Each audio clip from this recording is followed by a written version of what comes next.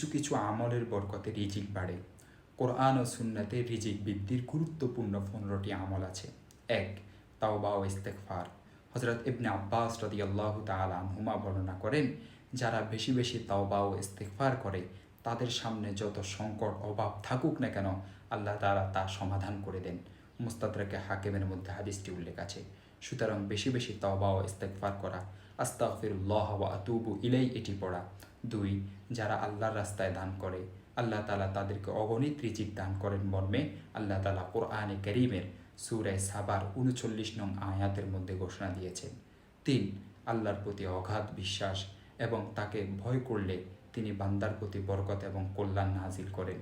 তা সূরা তালাকের 2 এবং 3 নং আয়াত এবং সূরা আরাফের 96 নং আয়াতের মধ্যে আল্লাহ তাআলা নিজেই উল্লেখ করেছেন। 4. আত্মীয় পরিজনের সঙ্গে ভালো সম্পর্ক রাখা। হযরত আনাস রাদিয়াল্লাহু তাআলা আনহু বর্ণনা করেন, রাসূলুল্লাহ সাল্লাল্লাহু আলাইহি ওয়াসাল্লাম বলেছেন, যে ব্যক্তি তার রিজিক বাড়াতে চায় বা প্রশস্ত করতে চায় এবং তার হায়াত বা আয়ু দীর্ঘ করতে চায়, সে যেন আত্মীয় স্বজন ও পরিবারের সঙ্গে সুসম্পর্ক বজায় রাখে।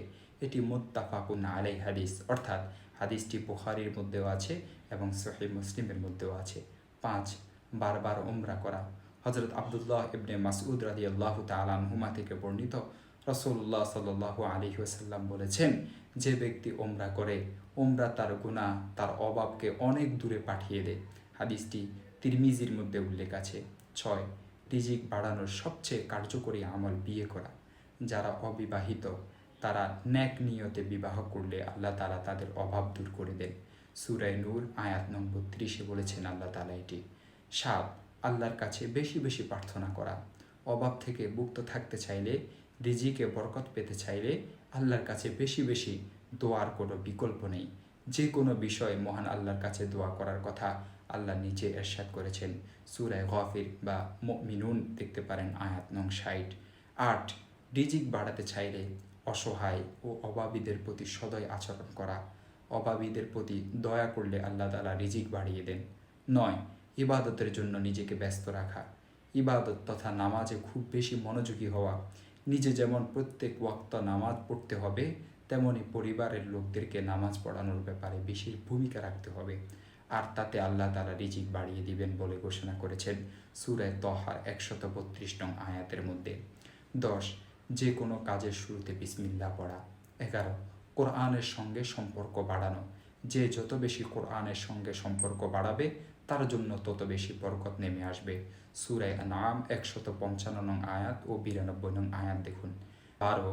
সকালবেলা কাজ শুরু করা। যদি কারো অফিস আদালত ব্যবসা বাণিজ্য একটু বেলা করে হয় তাতে কোনো অসুবিধা নেই, বরং নিজ ঘরের কাজ দিয়ে হলেও সকাল সকাল কাজ শুরু করবে, কেননা সকালবেলার কাজে আল্লাহ তাআলা বরকত দান করেন। 13. আল্লাহর উপর ভরসা করা। 14. সালামের ব্যাপক প্রচলন করা। 15.